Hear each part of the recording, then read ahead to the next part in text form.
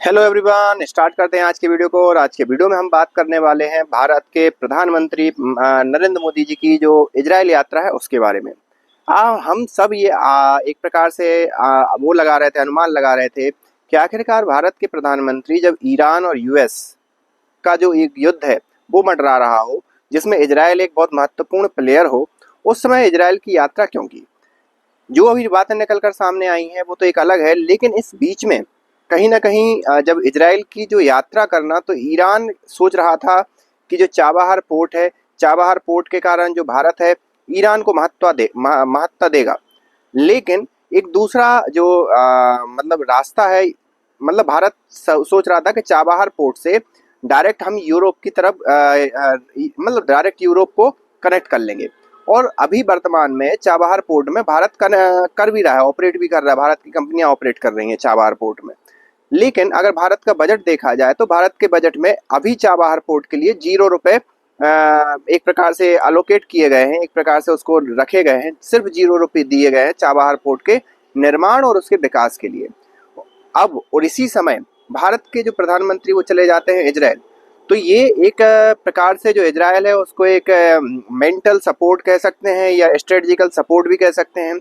साथ ही साथ वहां जाकर भारत के प्रधानमंत्री नरेंद्र मोदी जी ने इस प्रकार के जो वक्तव्य दिए, उससे भी ये निकलकर सामने आता है कि अगर कल के दिन ईरान और यूएसए इन दोनों का अगर युद्ध होता है तो सीधी सी बात है भारत इजराइल के साथ खड़ा रहेगा, भारत यूएसए के साथ खड़ा रहेगा। यूएसए के साथ खड़ा होने का सबसे बड़ा कारण है यूएसए के सैंक्शन, और वर्तमान में जो राष्ट्रपति ट्रंप उस सत्ता राष्ट्रपति के पद पर बैठे हैं उनका एक प्रकार से अनस्टेबल होना और एक एग्रेसिव रूप दिखाना। तो सीधी सी बात है भारत या तो मौन रहेगा या अमेरिका या इजराइल का साथ देगा।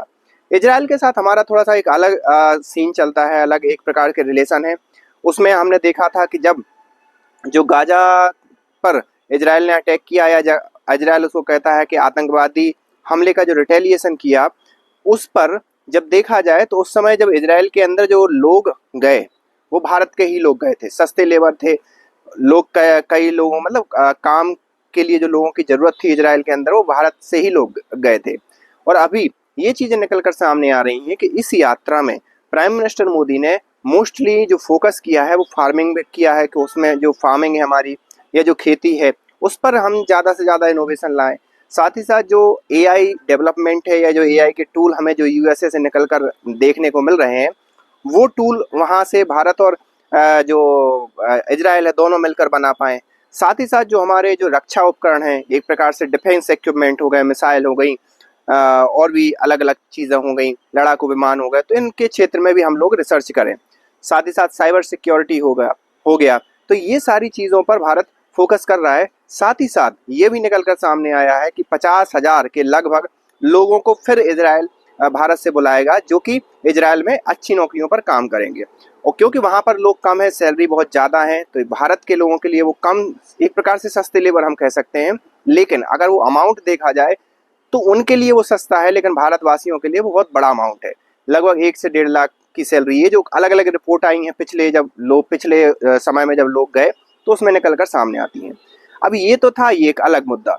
भारत के प्रधानमंत्री ने जो संसद में उनको सर्वोच्च सम्मान मिला, लगभग 30 के करीब सर्वोच्च सम्मान अलग अलग देशों के भारत के प्रधानमंत्री मोदी को मिल चुके हैं।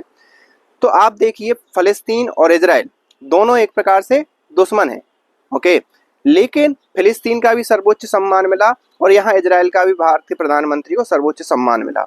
लेकिन यहाँ पर एक और चीज़ इसी बीच में मतलब प्रधानमंत्री मोदी ने कही, जिसमें ये कहा कि इजराइल अमर रहे।